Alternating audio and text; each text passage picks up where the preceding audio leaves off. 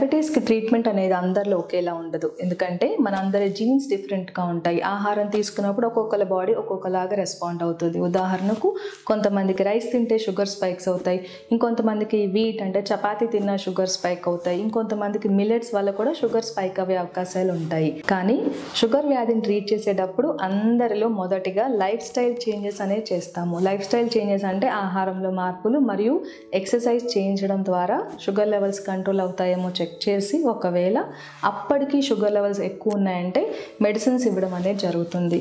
ఈ sugar levels తగ్గించడానికి వాడే మెడిసిన్ 3 రకాలుగా ఉంటాయి. అందులో మొదటిది వెయిట్ న్యూట్రల్ మెడిసిన్, అంటే మెడిసిన్స్ వాడటం వల్ల బరువు మీద ఏ ఎఫెక్ట్ ఉండదు. రెండవది వెయిట్ గెయినింగ్ మెడిసిన్, అంటే ఈ మెడిసిన్స్ వాడటం ద్వారా శరీర బరువు పెరిగిపోయే అవకాశాలు ఉంటాయి. మూడవది వెయిట్ లాస్కి హెల్ప్ చేసే మెడిసిన్. ఈ షుగర్ మెడిసిన్స్ ముఖ్యంగా ఒబెసిటీ అంటే ఊబకాయం, అధిక బరువు ఉన్న వాళ్ళలో ఇవ్వడం అనేది జరుగుతుంది. ఈ బరువు తగ్గించే మెడిసిన్లో ముఖ్యంగా చెప్పుకోవాల్సింది SGLT2 ఇన్హిబిటర్స్ అంటాము. SGLT2 ఇన్హిబిటర్స్ మెడికేషన్స్లో డెపాగ్లిఫోజిన్, రెమోగ్లిఫోజిన్, కెనాగ్లిఫోజిన్ వంటివి ఉంటాయి. ఈ టాబ్లెట్స్ అనేది రక్తంలో పెరిగిపోయిన షుగర్ మొత్తాన్ని యూరిన్లోంచి పంపేయడానికి ప్రయత్నిస్తాయి. కాబట్టి క్యాలరిక్ లాస్ మరియు ఫ్లూయిడ్ లాస్ అయిపోయి శరీర బరువు 3 to 4 kgs వరకు తగ్గే అవకాశాలు ఉంటాయి. SGLT2 ఇన్హిబిటర్స్ వాడే వాళ్ళు కొన్ని జాగ్రత్తలు తీసుకోవాలి. శరీరంలో నీటి శాతం తగ్గిపోయే అవకాశం ఉంటుంది కాబట్టి వాటర్ ఎక్కువగా తీసుకోవాలి.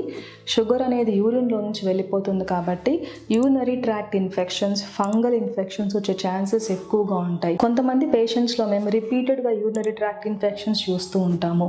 టాబ్లెట్స్ వాడుతూ ఉంటారు, యాంటీబయాటిక్స్, సిరప్స్, ఇన్ని మెడిసిన్స్ వాడినా కూడా వాళ్ళకి మళ్ళీ యూరినరీ ఇన్ఫెక్షన్స్ వస్తూ ఉంటాయి. రిపీటెడ్ యూరినరీ ట్రాక్ట్ ఇన్ఫెక్షన్స్ వచ్చే పేషెంట్స్ ప్రిస్క్రిప్షన్లో మనం చెక్ చేస్తే కొంతమందిలో ఈ SGLT2 ఇన్హిబిటర్స్ వాడే వాళ్ళు ఉంటారు. SGLT2 ఇన్హిబిటర్ టాబ్లెట్ తీసుకోవడం వల్ల బరువు తగ్గుతుంది, షుగర్ లెవెల్స్ కంట్రోల్ చేయొచ్చు. కొంతమందిలో డయాబెటీస్ కాంప్లికేషన్స్, ముఖ్యంగా హార్ట్ ఫెయిల్యూర్ కూడా రాకుండా మనకి ఈ టాబ్లెట్ హెల్ప్ చేస్తుంది. కానీ SGLT2 టాబ్లెట్ ఇన్హిబిటర్స్ తీసుకునే వాళ్ళు కొన్ని జాగ్రత్తలు తీసుకోవాలి. బాడీలో వాటర్ కంటెంట్ తగ్గి డీహైడ్రేషన్ రాకుండా వాటర్ ఎక్కువగా తాగాలి. యూరిన్లో నుంచి షుగర్ వెళ్ళిపోతుంది కాబట్టి కొంతమందిలో, అది కూడా పర్సనల్ హైజీన్ లేని వాళ్ళల్లో రిపీటెడ్గా యూరినరీ ట్రాక్ట్ ఇన్ఫెక్షన్స్ అనేది మనం చూస్తూ ఉంటాము.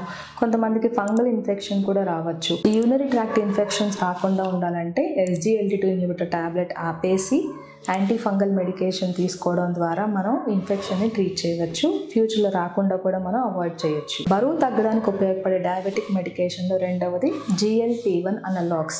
GLP-1 అనలాగ్కి ఉదాహరణ ఎక్సినటైడ్, లిరాగ్లుటైడ్, సిమాగ్లుటైడ్. ఇవి ఇంజెక్షన్ మరియు టాబ్లెట్ ఫామ్లో కూడా ఇప్పుడు అందుబాటులో ఉన్నాయి. GLP-1 అనలాగ్స్ తీసుకున్నప్పుడు రక్తంలో ఇంక్రెటిన్ అనే హార్మోన్ పెరుగుతుంది. ఇంక్రెటిన్ హార్మోన్ ప్యాంక్రియాస్ నుంచి ఇన్సులిన్ విడుదలని పెంచుతుంది, హెపాటిక్ గ్లూకోజ్ అప్టేక్ని పెంచుతుంది కాబట్టి బ్లడ్ షుగర్ లెవెల్స్ తగ్గిపోతాయి. ఇంక్రెటిన్ హార్మోన్ లెవెల్ పెరగడం వల్ల గ్యాస్ట్రిక్ ఎంప్టీయింగ్ టైం పెరుగుతుంది, అంటే కడుపు ఉబ్బరంగా అనిపించి ఈ పేషెంట్స్లో ఆకలి తగ్గిపోతుంది కాబట్టి 4 నుంచి 7 kg వరకు బరువు తగ్గుతారు. GLP-1 అనలాగ్ మెడికేషన్ వాడే వాళ్ళలో కొంతమందిలో సైడ్ ఎఫెక్ట్స్ అనేది గమనిస్తూ ఉంటాము, వామిటింగ్ సెన్సేషన్, నాసియా. కాబట్టి అధిక బరువు, ఊబకాయం ఉన్న డయాబెటిక్ పేషెంట్స్ని ఆహారంలో మార్పులు చేసి ఎక్సర్సైజ్ చేయించడం మరియు బరువు తగ్గించే sugar medicines SGLT2 inhibitors, GLP-1 analogues కొంతమందిలో వాడడం ద్వారా మనం వాళ్ళ బరువు తగ్గించి షుగర్ లెవెల్స్ని కంట్రోల్ చేసి కొంతమందిలో డయాబెటీస్ని రివర్స్ చేసే అవకాశాలు కూడా ఉంటాయి.